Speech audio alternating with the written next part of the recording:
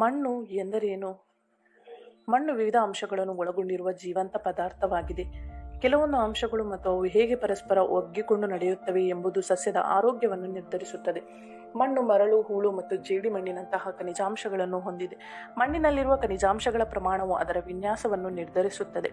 ಮಣ್ಣಿನ ಸಾವಯವ ಘಟಕ ಮಣ್ಣಿನ ಸೂಕ್ಷ್ಮ ಜೀವಿಗಳಿಂದ ಮಣ್ಣಿನ ಫಲವತ್ತತೆಯನ್ನು ನಿರ್ಧರಿಸುತ್ತದೆ. ಮಣ್ಣಿನಲ್ಲಿರುವ ಸೂಕ್ಷ್ಮ ಜೀವಿಗಳು ನಿರಂತರವಾಗಿ ಪುನರ್ ಉತ್ಪಾದನೆಗೊಳ್ಳುತ್ತಾ ಇರುತ್ತದೆ. ಮಣ್ಣು ಸೂಕ್ಷ್ಮ ಜೀವಿಗಳ ಸಮೃದ್ಧ ಶೇಖರಣಾ ಸ್ಥಳವಾಗಿದೆ. ಇನ್ನೊಂದು ಪ್ರಮುಖ ಪಾತ್ರ ವಹಿಸುವ ಅಂಶವೆಂದರೆ ಅದು ಎರೆಹುಳು. ಸೂಕ್ಷ್ಮ ಜೀವಿಗಳು ಮಣ್ಣಿನಲ್ಲಿರುವ ಇಂಗಾಲವನ್ನು ಹೀರಿಕೊಳ್ಳಲು ಅನುಕೂಲ ಮಾಡಿಕೊಡುತ್ತದೆ. ಇದೇ ಚಟುವಟಿಕೆಯು ಮಾಲಿನ್ಯಕಾರಕ ಪರಿಣಾಮಗಳನ್ನು ಕಡಿಮೆ ಮಾಡುತ್ತದೆ. ಸೂಕ್ಷ್ಮ ಪೋಷಕಾಂಶಗಳು ಸಸ್ಯದ ಮೂಲದಲ್ಲಿ ಬ್ಯಾಕ್ಟೀರಿಯಾ ಮತ್ತು ಶಿಲೀಂಧ್ರಗಳೊಂದಿಗೆ ಸೇರಿಕೊಂಡು ಸಸ್ಯವನ್ನು ರೋಗಗಳಿಂದ ರಕ್ಷಿಸುತ್ತದೆ. ಸೂಕ್ಷ್ಮ ಪೋಷಕಾಂಶಗಳು ಬೇರುಗಳ ಮೂಲಕ ಸಸ್ಯಕ್ಕೆ ಅಗತ್ಯವಿರುವ ನೀರು ಮತ್ತು ಎಲ್ಲಾ ಪೋಷಕಾಂಶಗಳನ್ನು ಒದಗಿಸುತ್ತದೆ. 1 ಗ್ರಾಂ ಸಸ್ಯದ ಮಣ್ಣಿನಲ್ಲಿ ಸುಮಾರು 1 ಶತಕೋಟಿ ಬ್ಯಾಕ್ಟೀರಿಯಾಗಳಿವೆ. 5,000ದಿಂದ 25,000 ಪ್ರಭೇದಗಳನ್ನು ಹೊಂದಿರುತ್ತದೆ. 1 ಹೆಕ್ಟೇರ್ಗೆ 1 ವರ್ಷದಲ್ಲಿ 25,000 ಎರೆಹುಳುಗಳು ಕಂಡುಬರುತ್ತದೆ. ದೊಡ್ಡ ಪ್ರಮಾಣದ ಭೂಮಿಯ ಮಣ್ಣು ಒಂದೇ ಒಂದು ಎರೆಹುಳುವಿನ ಜೀರ್ಣಾಂಗ ವ್ಯೂಹದ ಮೂಲಕ ಹಾದು ಹೋಗುತ್ತದೆ. ಈ ಚಟುವಟಿಕೆ ಮಣ್ಣಿನಲ್ಲಿ ಸುರಂಗಗಳನ್ನು ಸೃಷ್ಟಿಸುತ್ತದೆ. ಇದರಿಂದ ಸಸ್ಯಗಳಿಗೆ ಪೋಷಕಾಂಶ ಪ್ರವೇಶಿಸಲು ಸಹಾಯ ಮಾಡುತ್ತದೆ ಮತ್ತು ವೇಗವಾಗಿ ಸಸ್ಯಗಳಿಗೆ ಗಾಳಿ ಮತ್ತು ನೀರನ್ನು ಹೀರಿಕೊಳ್ಳುವುದಕ್ಕೆ ಸಹಾಯ ಮಾಡುತ್ತದೆ. ಇದು ಮಣ್ಣಿನ ಸವೆತವನ್ನು ಕೂಡ ತಡೆಯುತ್ತದೆ. ಮಣ್ಣಿನ ಆರೋಗ್ಯ ಮಾನವನ ಆರೋಗ್ಯದ ಮೇಲೆ ಕೂಡ ನೇರವಾಗಿ ಪರಿಣಾಮ ಬೀರುತ್ತದೆ. ಮಣ್ಣು ಅಪಾಯದ ಹಂತದಲ್ಲಿದೆ. ಕೀಟನಾಶಕಗಳು ಮತ್ತು ರಾಸಾಯನಿಕ ಗೊಬ್ಬರಗಳ ಬಳಕೆಯು ಮಣ್ಣನ್ನು ಕ್ರಿಮಿನಾಶಕಗೊಳಿಸುವುದರ ಜೊತೆಗೆ ಮಣ್ಣಿನಲ್ಲಿರುವ ಜೀವಿಗಳನ್ನು ಕೊಲ್ಲುವುದು. ಸಸ್ಯಗಳು ರಾಸಾಯನಿಕದ ಮೇಲೆ ಅವಲಂಬಿತವಾಗಿದೆ, ಆದರೆ ಎಲ್ಲಾ ಸಾವಯವ ಪೋಷಕಾಂಶಗಳನ್ನು ರಾಸಾಯನಿಕ ಗೊಬ್ಬರಗಳಿಂದ ಕೊಲ್ಲಲಾಗುತ್ತದೆ. ಸಸ್ಯಗಳ ನೈಸರ್ಗಿಕ ರಕ್ಷಣೆಗಳು ದುರ್ಬಲಗೊಂಡಿರುವುದರಿಂದ ಅವುಗಳಿಗೆ ಬದುಕುಳಿಯಲು ಹೆಚ್ಚಿನ ಪ್ರಮಾಣದ ಕೃತಕ ಒಳಹರಿವು ಬೇಕಾಗುತ್ತದೆ.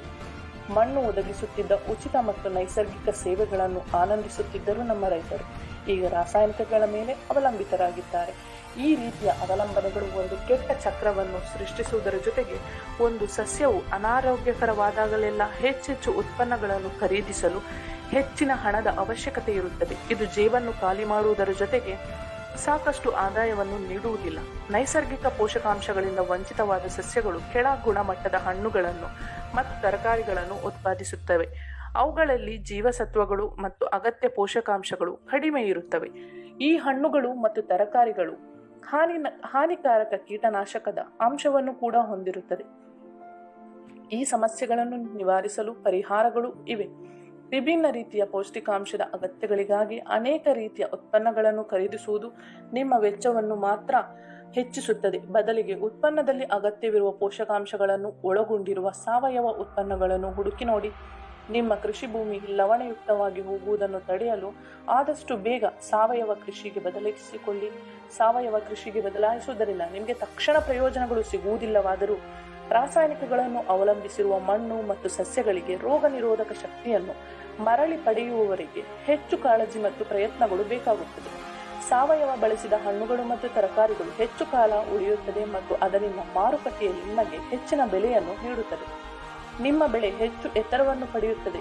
ನೀವು ಅದನ್ನು ನೋಡಬಹುದು ಮತ್ತು ಎಲೆಗಳು ವರ್ಣಮಯವಾಗಿ ಇರುತ್ತದೆ ಮತ್ತು ನಿಮ್ಮ ಬೆಳೆ ಹೆಚ್ಚು ತೂಕವನ್ನು ಪಡೆಯುತ್ತದೆ. ಈಗಿನ ಮತ್ತು ಭವಿಷ್ಯದ ಪೀಳಿಗೆಯ ಅನುಕೂಲಕ್ಕಾಗಿ ನಾವು ವಿದ್ಯಾವಂತರಾಗಿ ಉಳಿಯುವುದು ಮತ್ತು ಸಮಯಕ್ಕೆ ಸರಿಯಾಗಿ ಸುಸ್ಥಿರ ವಿಧಾನಗಳಿಗೆ ಬದಲಾಯಿಸುವುದು ಮುಖ್ಯವಾಗಿದೆ. ಸಾವಯವ ಕೃಷಿ ಪದ್ಧತಿಯನ್ನು ಬಳಸಿ ಮತ್ತು ಭೂಮಿಯನ್ನು ಉಳಿಸಿ.